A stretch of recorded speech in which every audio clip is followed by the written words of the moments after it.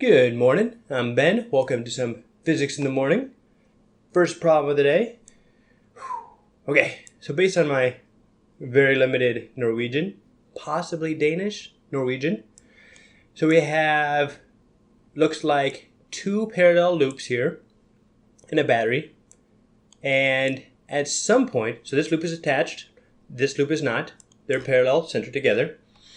And at some point, we shut Breiteren B, and current flows. That current flow then has an effect on A. Or, as option A says, no, it doesn't.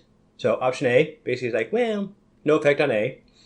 B, tiltrukket.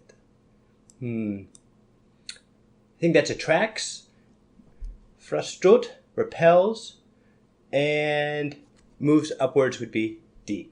So the idea here is what's going on with this free-floating loop here once we shut Breiteren B.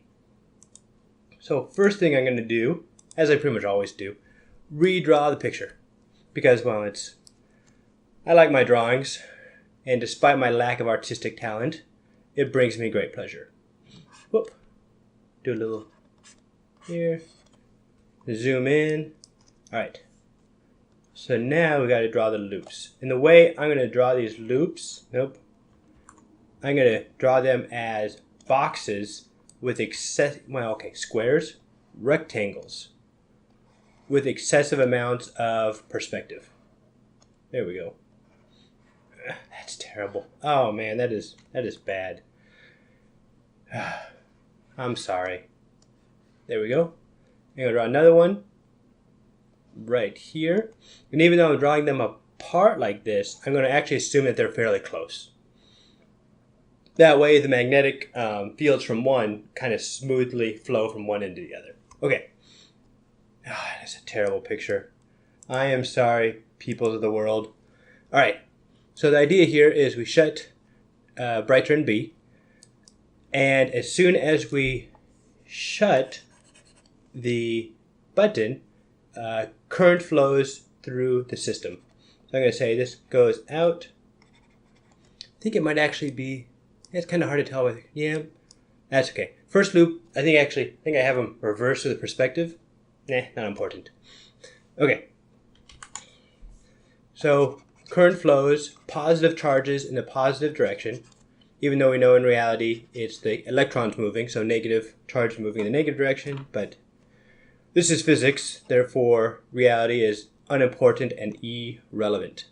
So we have a current moving this way, and using the right-hand rule, wrap your fingers around the coil, and your thumb will be the direction of the magnetic field. So, ooh, green. So we have a magnetic field going this way. And I'll draw through both of them. It's probably actually more loopy, but the idea is I'm going to assume that the two are close together. That way, everything is kind of assumed to be straight. I'm also assuming that the circles are squares, so...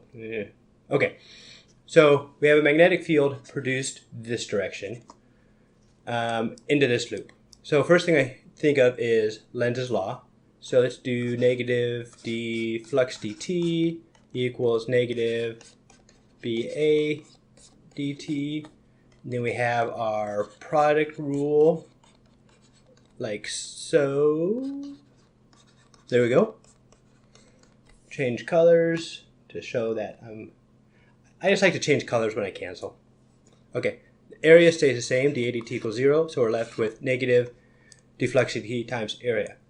So, since we're not actually calculating things, we're just trying to find out what happens. This really isn't going to help us much.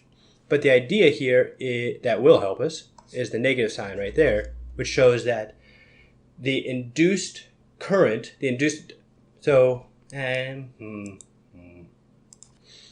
we have a magnetic field produced, a change in magnetic field produced, and that will produce a negative magnetic field going in the opposite direction induced, which to create that we will need a current induced.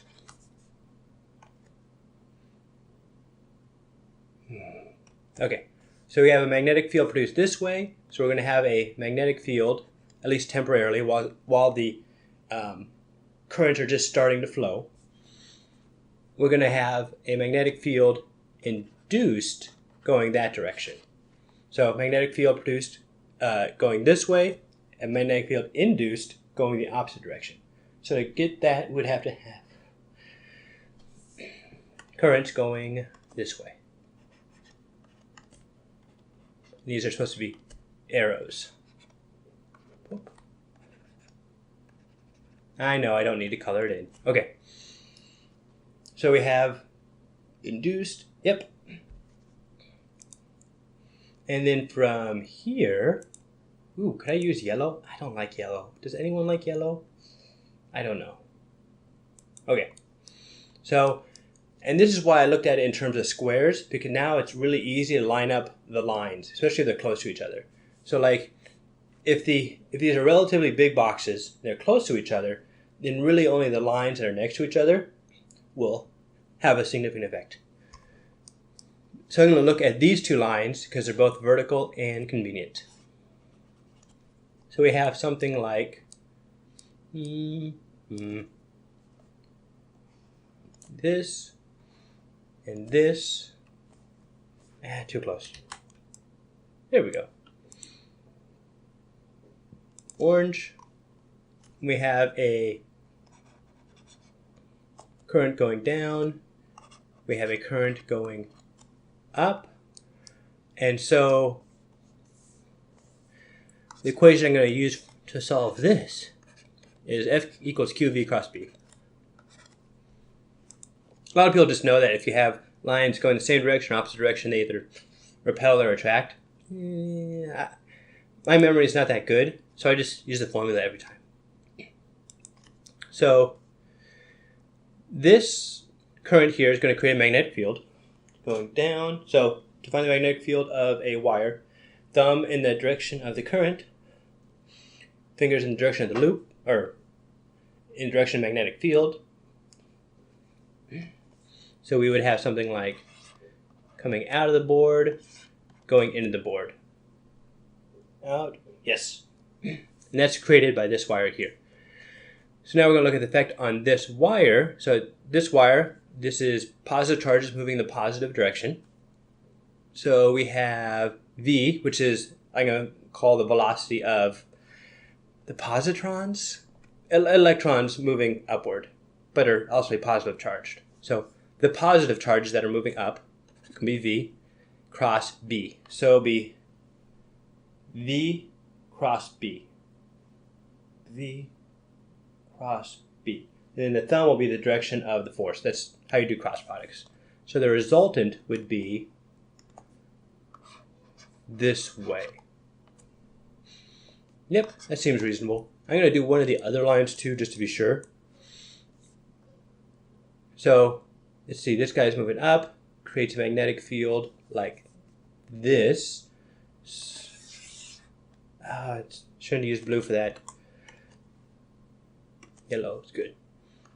Like this, where this is going into the board, this is coming out of the board. So F equals QV cross B. V cross B, still going out. So it's V cross B, that direction. So this should create a force going that way. Yep. Okay. So now I am reasonably confident. I assume that if we do the same. Okay, one more line. I know. I should just have faith. Don't have faith. I am a person without faith. Okay, this one. So magnetic field going this way. So right here, magnetic field would be going down. This velocity is going that way. So we do V cross B. Yep, still going out. Okay, mostly confident now. Done 3 out of the 4 sides. So yes. So we have these loops. So to go back to our picture, when we close the button B, switch B, a current is created flowing this direction. This created current then is going to create a magnetic field. That magnetic field is going to induce a magnetic field in A, which will oppose the magnetic field of the first loop.